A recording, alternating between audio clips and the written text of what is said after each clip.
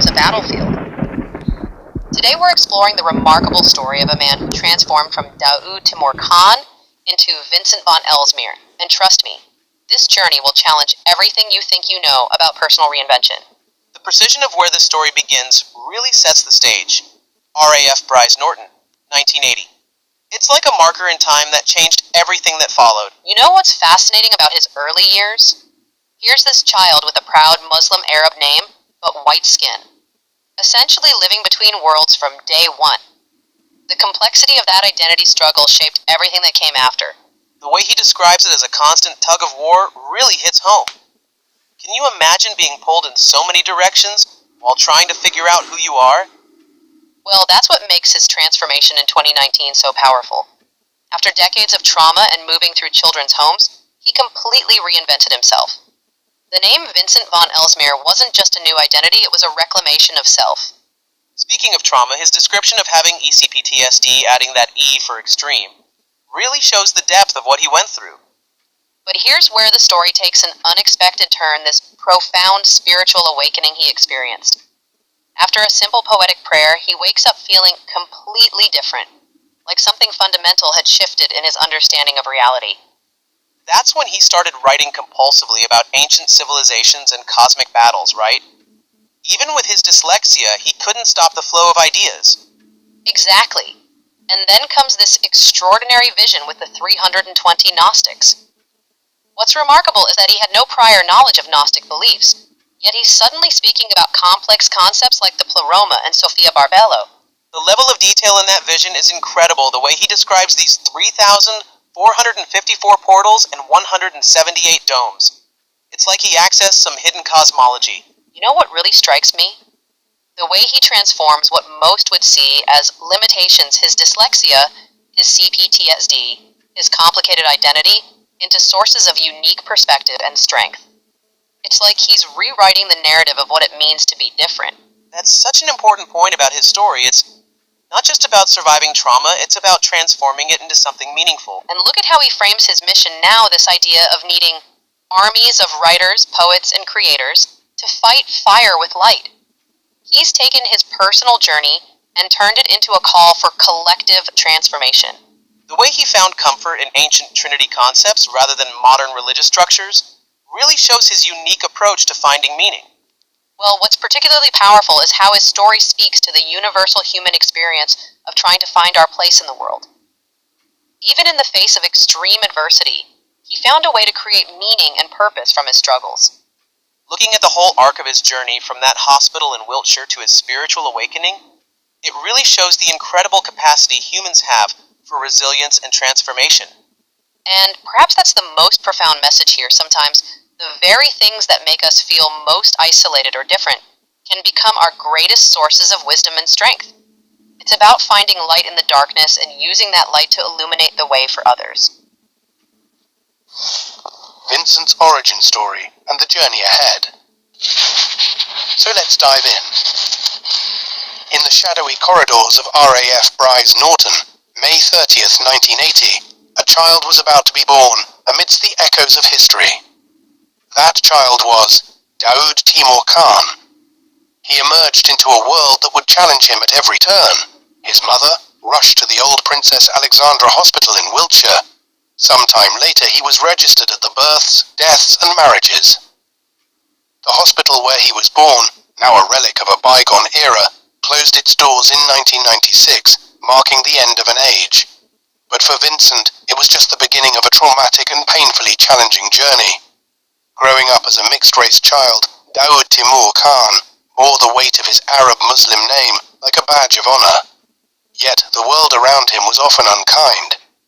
With white skin and a proud Muslim Arab name, named after the Prophet Daoud, peace be upon him, it was a name that echoed across the ages. He faced unrelenting bullying, racist attacks and prejudice from all sides. In 2019, after decades of abuse and manipulation, he sought to reclaim his identity amidst the persistent traumatizing harassment while discovering a sense of home and belonging within himself. He transformed himself into Vincent von Ellesmere, a name that resonated with the elegance of literature and the beauty of poetry. It was a name his mother had longed to bestow upon him. a name destined to symbolize resilience and strength.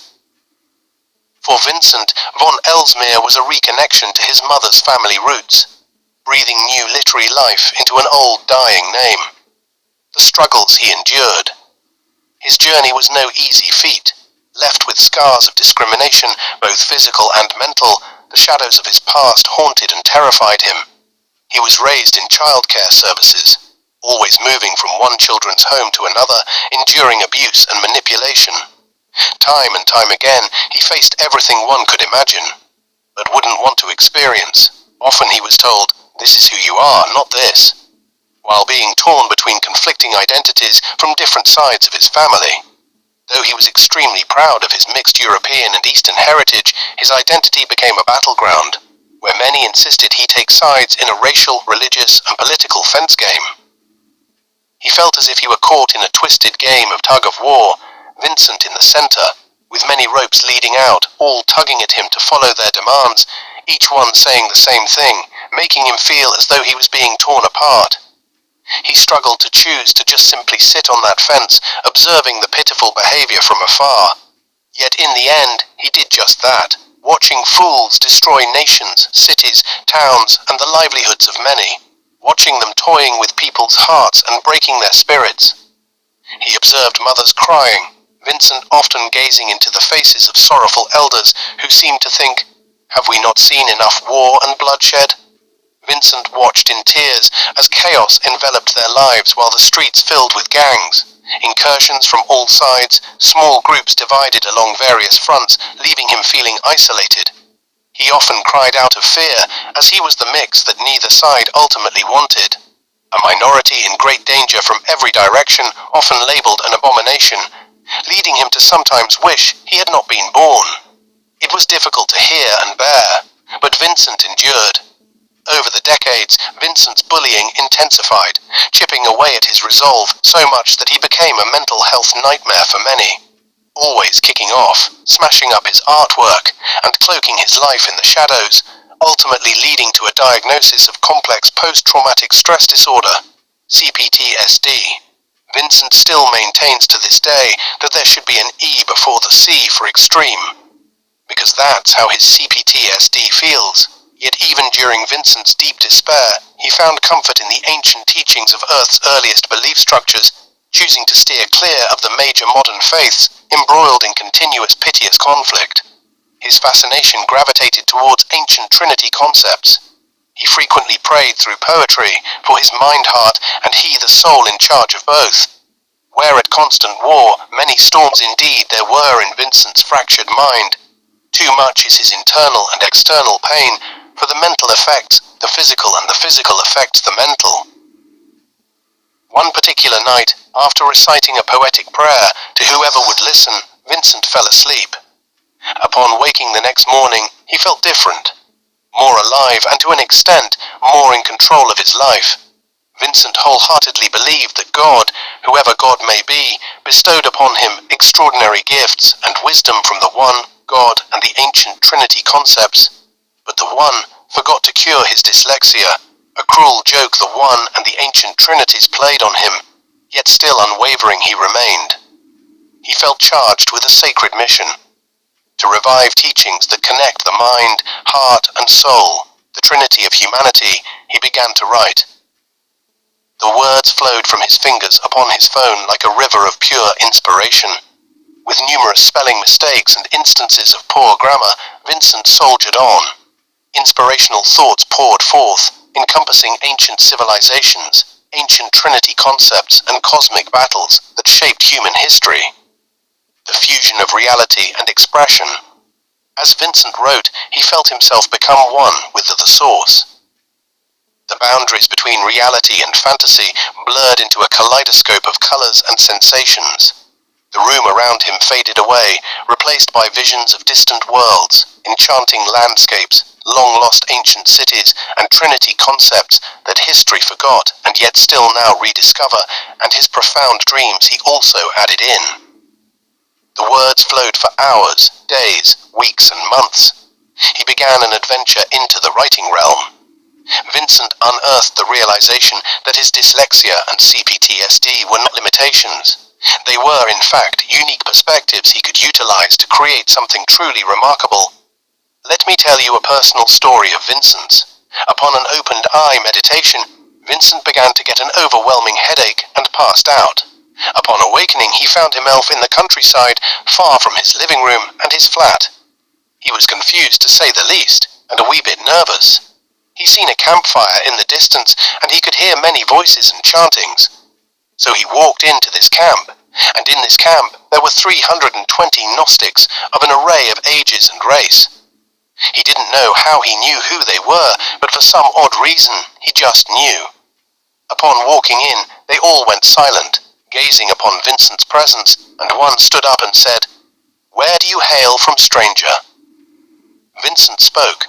"I hail from a place between the universe and birth, a divine and holy place. From the immortal pleroma I came forth, placed into a mortal womb. It was there I was grown my mortal armor. For 9 months I was cocooned in darkness, laughter and whispers. Then I was born into the mortal realm of light and dark." "What path do you follow?" the man asked. Vincent responded, "I have walked where there are none. I have walked where there are many. Now I walk the path of the first light, the first thought. I teach of the Trinity of Father, Son, Mother, and the Trinity of humanity also, mind, heart, soul. Many trails I have left behind me. On this journey of enlightenment and self-discovery, I'm here to learn. I'm here to teach. I'm here to pass down wisdom from pleroma and to help towards freeing the traumatized souls from this realm of chaos and pain." "Why do you speak in metaphor?" and riddle the man asked. Vincent responded, "To spark their receptors, to ignite their hearts, and to illuminate the divine immortal souls in charge of mortal vessels, so they may find the truths hidden in lies, so they may find love and teach of love to the hearts of hate, and so they may find the light in the darkness. Spark, ignite, illuminate." "What is your name?" the man asked. Vincent responded, "Are you asking me the name of this mortal vessel, or are you asking me the name of I, this divine immortal soul in charge of mortal vessel? For 2 names I have and 3 names I've had. Of which name do you need to know of?" "What is the name of you, the soul in charge of mortal vessel?" the man asked. "My name is Sabaoth, Helelismir von Grail, and my mother of light is the first light, the first thought from the realm of pleroma." "What is her name?" the man asked. Vincent was hesitant to answer, but he answered. "Sophia Barbelo," he said with a loud echoing voice. The camp went silent even more, and all were gazing at each other. The hairs stood up on their necks, and divine shivers run up their spines, and they all stood up and walked towards Vincent. "What do you need?" the man asked. Vincent responded, "I need armies of writers, poets and creators, and it shall be them who shall rally, rise and raise, even more armies of spiritual warriors, who are not afraid to fight fire with light." "This world is too frightened of Yaldabaoth," the man said. Vincent said, "Hear me and hear me well. We live on an oblate spheroid with 3,454 portals, 178 domes on its surface, and 144,000 chosen ones fighting to free all souls, and 321 of those chosen ones have been selected to join the earthly order of the One." Vincent spoke further. "Each dome is surrounded by ice walls, acting as barriers between the different dome environments, generating dome-like force fields. Much has been hidden from humanity. They have been told stretched truths mixed with lies to make the lies sound more believable. But remember this," Vincent said. "In all darkness endured, there is always a light at the end. Be afraid no more, for when 3 becomes 2, you shall become 1. Spark their receptors, ignite their hearts, and illuminate them, the souls in charge. For divine immortal souls are we, in charge of mortal vessels, unite with mind and heart, you, the souls in charge of mortal vessels." "Will you help me?" Vincent asked them. "We've been waiting for you, Sabaoth. Come, sit with us and we will talk." Then Vincent awoke, back in his living room, in his flat. It was just a dream, or was it a vision of a time to come? All Vincent knows is that it felt so real. and it was unlike any dream he's ever experienced before. The fact Vincent remembered this dream, this vision, is so strange to him, because Vincent actually has a terrible memory problem. He knew nothing of Gnostic beliefs or portals, or anything else in this dream, this vision. But now, since his experience, he has come to know so much more, including the spiritual name he was told was his soul name. Ellesmere von Greil.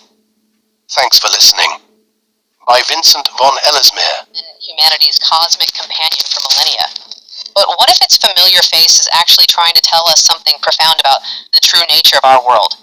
That's such an intriguing way to look at it, especially considering this piece by von Ellesmere.